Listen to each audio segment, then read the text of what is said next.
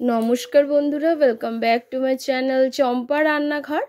আজ আমি আপনাদের সঙ্গে শেয়ার করব মাছের ডিমের দুর্দান্ত স্বাদের রেসিপি। একদম ইউনিক আর দারুণ রেসিপি, একদম নতুন রেসিপি।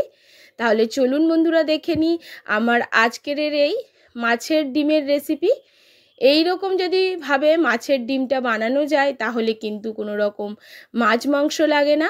মাছের ডিম দিয়ে মিনিমাম ৫-৬ জনের কিন্তু দুপুরের লাঞ্চ হয়ে যায়। মাছের ডিম এখানে নিয়ে নিয়েছি ৩০০ গ্রাম মতো। এখন মাছের ডিমটাকে একটা পাত্রে তুলে নিয়ে খুব ভালো করে হাত দিয়ে মেখে নেব। প্লিজ বন্ধুরা, অনুরোধ থাকবে প্রথম থেকে শেষ পর্যন্ত ভিডিওটি দেখার জন্যে। ভিডিওটি সত্যিই খুব ইউনিক হতে চলেছে, আপনারা প্লিজ প্রথম থেকে শেষ পর্যন্ত দেখুন। এবারে হাত দিয়ে খুব ভালো করে মেখে নেওয়ার পরে ডিমের মধ্যে দিয়ে দিচ্ছি পরিমাণ মতো লবণ, দিয়ে দেব আদা বাটা ১ চামচ, দিয়ে দেবো রসুন বাটা ১ চামচ, দিয়ে দিচ্ছি কিছুটা কোচানো কাঁচা লঙ্কা, দিয়ে দিচ্ছি কিছুটা কোচানো পেঁয়াজ। পেঁয়াজগুলোকে খুব ছোট ছোট করে কুচিয়ে নিতে হবে। প্লিজ প্লিজ বন্ধুরা, আমার এই ছোট্ট চ্যানেলে আপনাদের সাপোর্ট আর সাহায্যের খুবই প্রয়োজন। প্লিজ সাপোর্ট করবেন আর পাশে থাকবেন।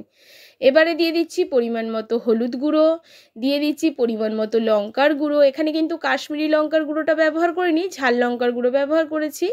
দিয়ে দিলাম ১ চামচ জিরে গুঁড়ো আর ১ চামচ ধনিয়া গুঁড়ো আর ১ চামচ দিয়ে দিচ্ছি এখানে গরম মশলার গুঁড়ো। সমস্ত মশলা দিয়ে ডিমটাকে খুব ভালো করে প্রথমে মেখে নিতে হবে। হাত দিয়ে একটু প্রেস করে করে এগুলোকে মাখতে হবে বন্ধুরা।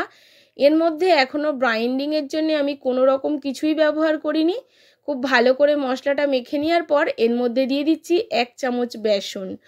অবশ্যই এখানে বেসন ব্যবহার করতে পারেন বা ময়দাও ব্যবহার করতে পারেন, তবে যেটাই আপনারা ব্যবহার করবেন সেটা যেন ১ চামচ হয়, ১ চামচের বেশি নয়। এবারে খুব ভালো করে বেসনটাকে ওই ডিমের মধ্যে মিশিয়ে নিতে হবে, যাতে বেসনের কোনো বড় অংশ না থাকে, গুলটি পাকিয়ে না থাকে, সেটা কিন্তু খুব ভালো করে লক্ষ্য করবেন। এবারে উনুনে চলে যাব। উনুনে একটা কড়া বসিয়ে নিয়েছি, কড়ার মধ্যে দিয়ে দিচ্ছি ১ চামচ সর্ষের তেল। এর থেকে বেশি সর্ষের তেল আর লাগবে না। এবারে খুব ভালো করে তেলটাকে কড়ার মধ্যে স্প্রেড করে দিতে হবে। খুব ভালো মতো কড়ার মধ্যে স্প্রেড করে নেওয়ার পরে যে ডিমের মিশ্রণটা তৈরি করে রেখেছিলাম সেই ডিমের মিশ্রণটাকে খুব ভালো করে কড়ার মধ্যে দিয়ে দিতে হবে, আর চারদিকে খুব ভালো করে চাড়িয়ে দিতে হবে গোল করে, যাতে একটা সুন্দর গোল শেপ হয়ে যায়। আমি স্প্যাচুলা দিয়ে এটাকে খুব সুন্দর করে গোল শেপে তৈরি করে নেব।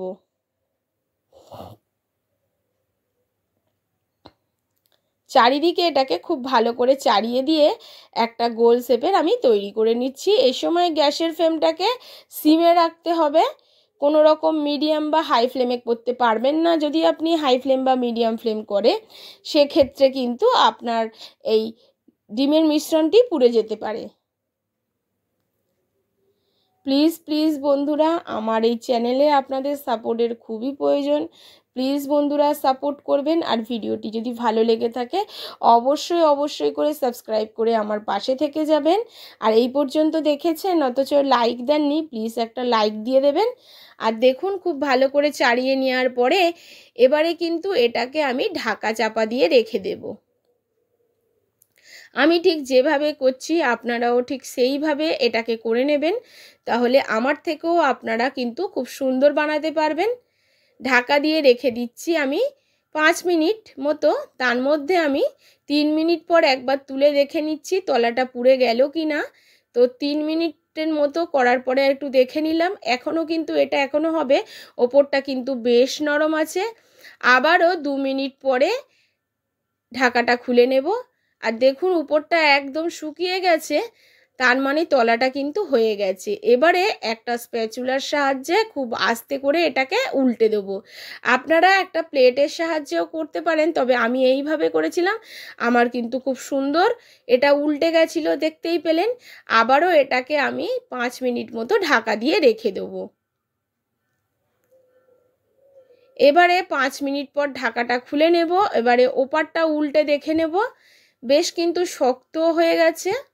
আর এপারটা উল্টে একবার দেখে নিচ্ছি। দেখুন খুব ভালো হয়ে গেছে। এবার এটাকে সম্পূর্ণ ঠান্ডা করতে দেবো। ঠান্ডা হয়ে গেছে, একটা প্লেটের সাহায্যে এটাকে তুলে নেব।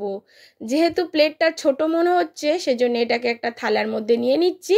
আর এর চারপাশটা আমি কেটে নিচ্ছি, একটা চৌকো শেপ করে নেব। কত সুন্দর এটা কুক হয়েছে আপনারা নিশ্চয়ই বুঝতে পারছেন। ছুরিটা যখন চালাচ্ছি ছুরিটা কিন্তু খুব স্মুথভাবে চলছে। এইগুলোকে সাইডে রেখে দিয়ে এবার এইগুলোকে একটু পিস পিস করে আমি কেটে নিচ্ছি।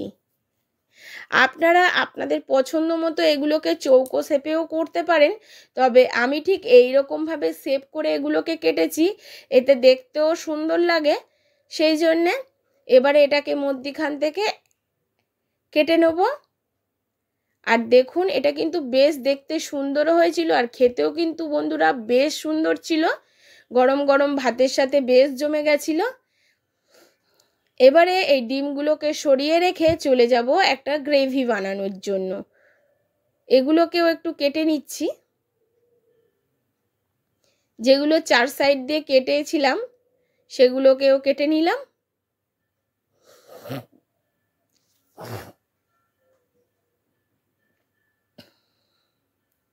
আশা করছি আমার আজকের ভিডিও বন্ধুরা আপনাদের অবশ্যই করে ভালো লাগছে।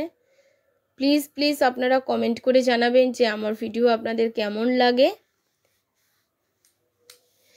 এবারে একটা কড়া বসিয়ে নিয়েছি, আর কড়ার মধ্যে দিয়ে দিয়েছি 2 চামচ মতো সর্ষের তেল। তার মধ্যে দিয়ে দিচ্ছি ফোড়নের জিরে ফোড়ন, দিয়ে দিচ্ছি গরম মশলা ফোড়ন, আর দিয়ে দিচ্ছি একটা তেজপাতা।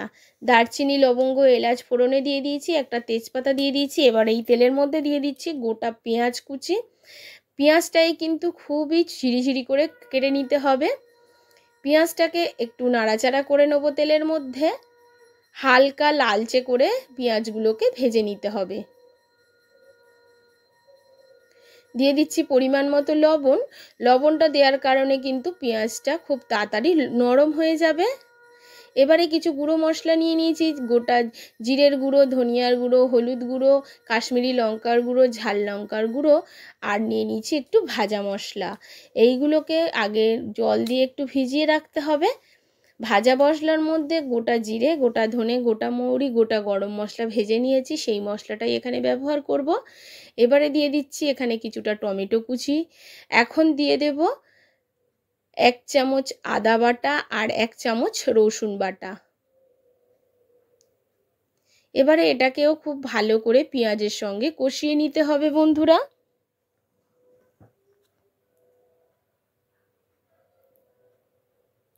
এটা যখন বেশ ভালো করে কষে যাবে তখন কিন্তু ওই ভেজানো গুঁড়ো মশলাগুলোকে ঢেলে দেবো।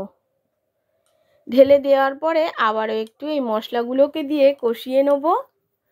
অল্প একটু জল ঢেলে এটাকে কষাতে থাকবো। আপনি যদি একটু জল দিয়ে মশলা কষেন তাহলে মশলাটা কিন্তু খুব ভালো কষা হয়। দেখুন অল্প একটু জল দিয়ে মশলাটাকে কষিয়ে নিচ্ছি, তাতে স্বাদও ভালো আসে আর মশলাটাও খুব ভালো কষা হয়। খুব ভালো করে মশলাটা কষানোর পর যখন মশলা থেকে তেল ছাড়তে শুরু করবে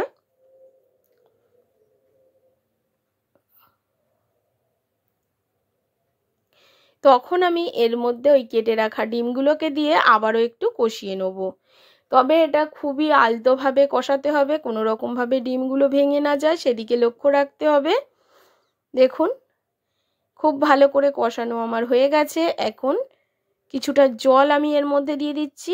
একদম উষ্ণ গরম জল এখানে ব্যবহার করতে হবে বন্ধুরা। আর জলটা দেখুন ফুটতেও শুরু করেছে। উপর দিয়ে দিচ্ছি একটু গরম মশলার গুঁড়ো।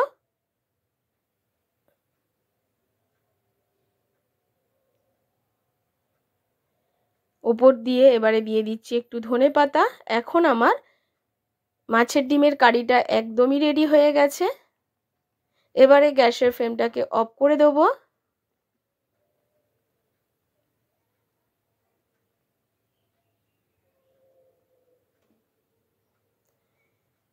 দেখুন কতটা সুন্দর দেখতে হয়েছে আর কতটা লোভনীয় হয়েছে বন্ধুরা।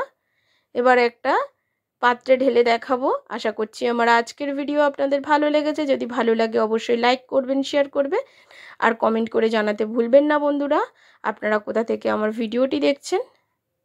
দেখুন কত সুন্দর কালার এসছে। নমস্কার বন্ধুরা, সুস্থ